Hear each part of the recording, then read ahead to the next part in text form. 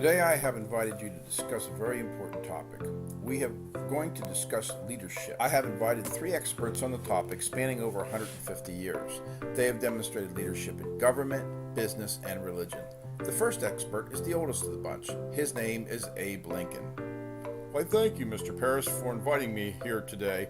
I think I have a quote here somewhere in leadership. That's here. It's right here in my hat. I'll read this. When the conduct of men is designed to be influenced, persuasion, kind, unassuming persuasion should ever be adopted. It's an old and true maxim that a drop of honey catches more flies than a gallon of gall. So with men.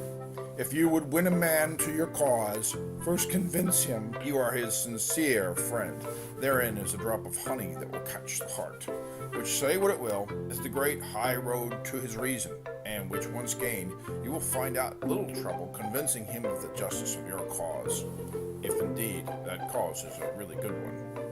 Thank you, Mr. Lincoln. Next up, we have someone representing us from just 50 years ago. He is a management consultant that was responsible for helping the Japanese rebuild after World War II. His name is Peter Drucker. He is the most revered name in business management in the last century. Peter, what is leadership? Well, perhaps the best way to define leadership is by contrasting it with something that people often confuse with management. Management is doing things right. Leadership is doing right things. Thank you, Mr. Drucker. Next up is the most popular leader alive today. I do not mean to offend the other 2 speakers, but they are dead, and this guy is still alive. Our next leader has written over 60 books on leadership. He is the most requested leadership guru today. His name is John Maxwell. John, do you have a simple definition of leadership? Why, yes. A leader is one who knows the way, goes the way, and shows the way. That is excellent. We have now reached the interactive portion of this symposium. This is an opportunity for your student leaders who are attending today. We have 3 student leaders with us today. They are community organizer, student senator, and global leader. Our first question comes from community organizer. It is for Mr. Maxwell. Mr. Maxwell, in your definition on leadership, you said a leader shows the way. What's the best way for a leader to show the way? Excellent question. A leader shows the way when he works in a group context. If a leader does things independently, then he is not leading. The key to keeping decision-making group-oriented is to consider the ideas of other group members. Theodore Roosevelt had a similar quote about this that I paraphrased on many occasions. People will never care how much you know until they know how much you care. Our next question is from Student Senator in Pennsylvania Leadership Charter School's Student Government Organization. Mr. Lincoln, we run a student government at our school. What's the best way to govern fairly? Well, I suppose that depends on the context you find yourself governing. During my presidency, our country was divided over slavery. During this conflict, I chose to not take sides. As I would not be a slave, so I would not be a master. This expresses my idea of democracy.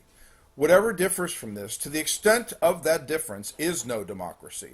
So you must find the conflict in your organization and then remain neutral, but still execute daily business so that each party has the opportunity to work out a solution without disrupting the peace of those who are on the sidelines. Thank you for that question, Student Senator, and Mr. Lincoln for your insightful response.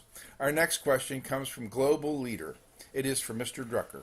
Our school takes international trips to countries like China, Panama, and Canada. What can a student do to show global leadership? Well, leadership is lifting a person's vision to high heights, the raising of a person's performance to higher standards, the building of a personality beyond its normal limitations. When we helped Japan to recover from the devastating losses of the Second World War, the first thing we had to do was raise their expectations. Many organizations find themselves defeated before they start. I would recommend that you implement a task where you could model vision, demonstrate performance, and then exceed expectations with the people of that country. I want to thank everyone for joining us here today. The answer to what is leadership must be answered in the context of serving importantly. When people complete a task that will mutually benefit everyone, conflict is bound to come. A true leader meets that conflict in a way that produces a better created using Powtoon.